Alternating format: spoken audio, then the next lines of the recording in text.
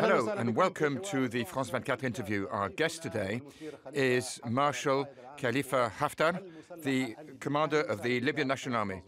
Good afternoon. Hello. What do you expect from the Paris meeting? We expect all the best things to come of it. And what does that mean? We met yesterday, and the meeting was positive overall. We were able to be heard on multiple important points, not all of the important points, but most of them. That's what was important to us, and you already heard that in our final declaration. Are there points on which you disagree? I wouldn't say points on which we disagree. Most of the important things to us were heard. Can we now say that Khalifa Haftar has been given military legitimacy through a diplomatic umbrella, whereas Sarraj now has political support? Maybe. I say maybe because our legitimacy comes from the people that we defended. We defended our people through difficult and dark times.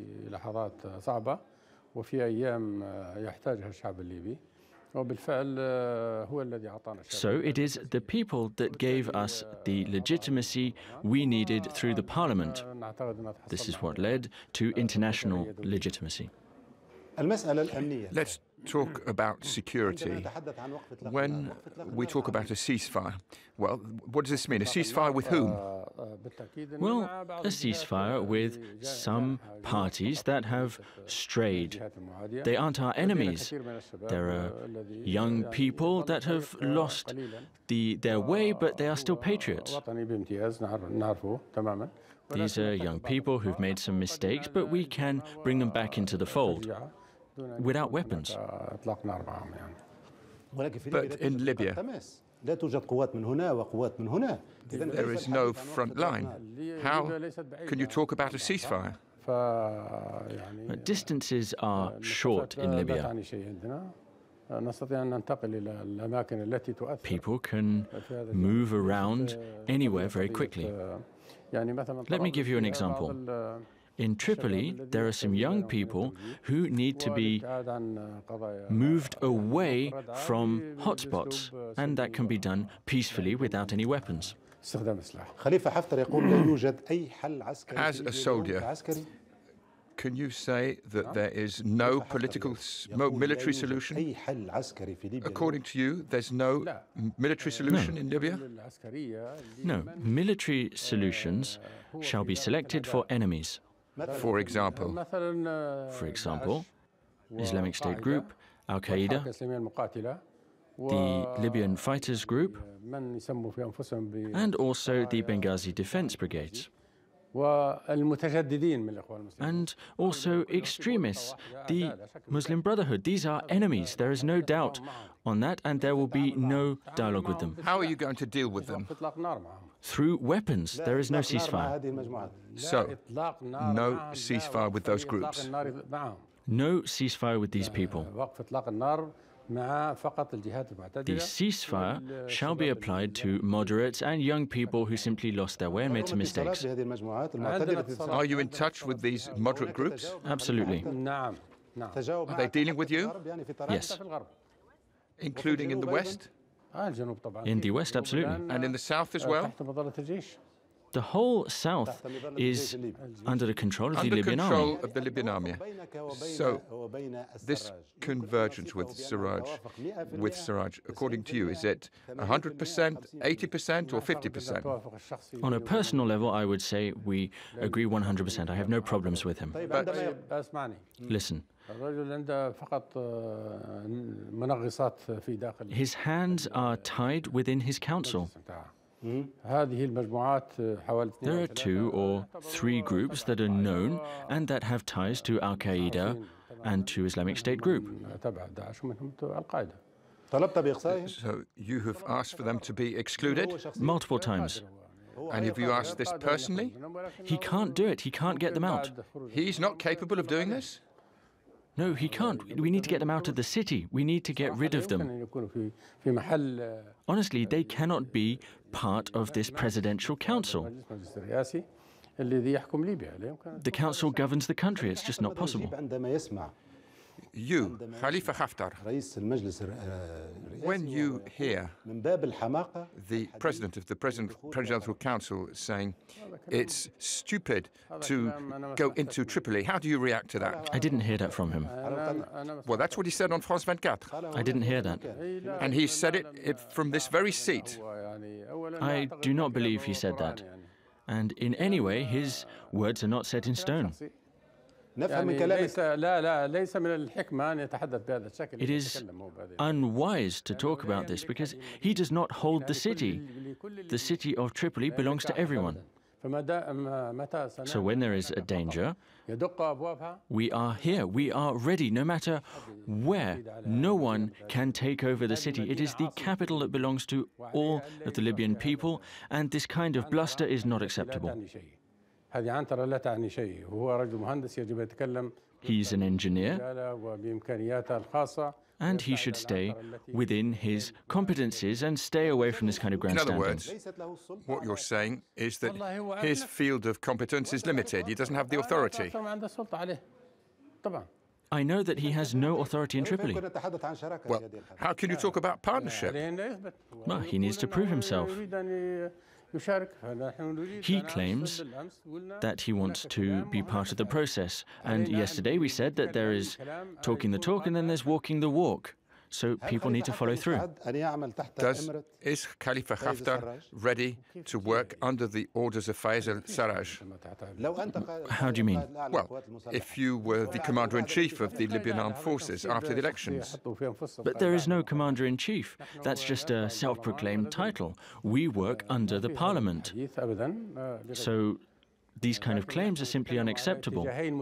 However, there are two coexisting trends. There is the political trajectory and then there's the military trajectory. From a military security standpoint, that is our mission, but we do work with the other parties. Your questions are quite strange. It seems to me like you are just pouring oil on the fire. Well, these are the questions raised by the Libyans. They're asking questions. What are they asking? They want to know the future of Libya. The future of Libya is not held by a few individuals.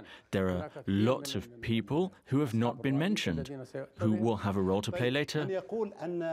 Fine. Some people say that Khalifa Haftar has political ambitions and that he wants to take power. And therefore, they're saying that you want to become the leader of Libya. Listen to me. Khalifa Haftar is on a suicide mission to become a martyr. Currently, there are lots of people emerging wanting to claim power. My goal is to defend the people. We are defenders of the people. And we will go where we need to defend them. A meeting was held in Abu Dhabi. And let's compare the two meetings in Abu Dhabi and in Paris. Can we say that what was begun in the Khalifa Tower was completed in the Eiffel Tower? Is that an appropriate analogy? Listen, keep your nose out of all of that. It'll be much better for everyone. Listen,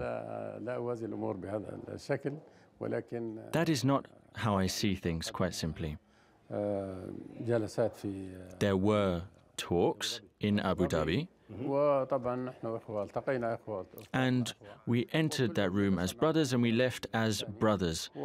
We listened to each other, we heard each other's arguments, and these talks facilitated the work that we did yesterday. What we did yesterday was a culmination of all of the efforts that had been put in by many people who spoke with us. So all of their opinions were taken into account. According to Fayez Sarraj, Paris is a step that paves the way for the next steps.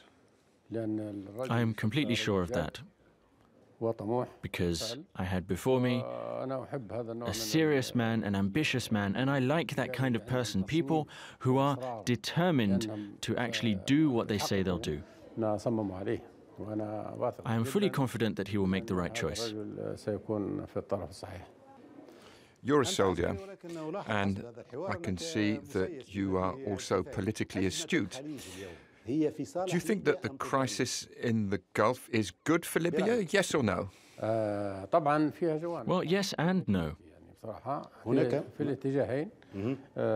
First of all, we do not want to lose our relations with any of the Arab states. However, Qatar has taken an anti-Libyan position and allowed itself to be used as a tool to destroy our safe country. Qatar has been behind all of the issues we've had in Libya. Thanks to God, Libya will pull through, and it is Qatar that is in danger today. Furthermore, there is another country, Sudan, that is preparing terrorist attacks. But we will face up to them and we will fight them. Do you agree with Fayez al-Sarraj when he says that we are equidistant from all the protagonists? That's what he says. No, not at the same distance with Qatar. Qatar is further from us than Mars is from Libya. To be honest, Qatar is a state that uses terrorism and has destroyed our country, so it's impossible. Relations with Qatar are completely impossible. Khalifa Haftar, thank you very much. Thank you. Thank you, and stay with us.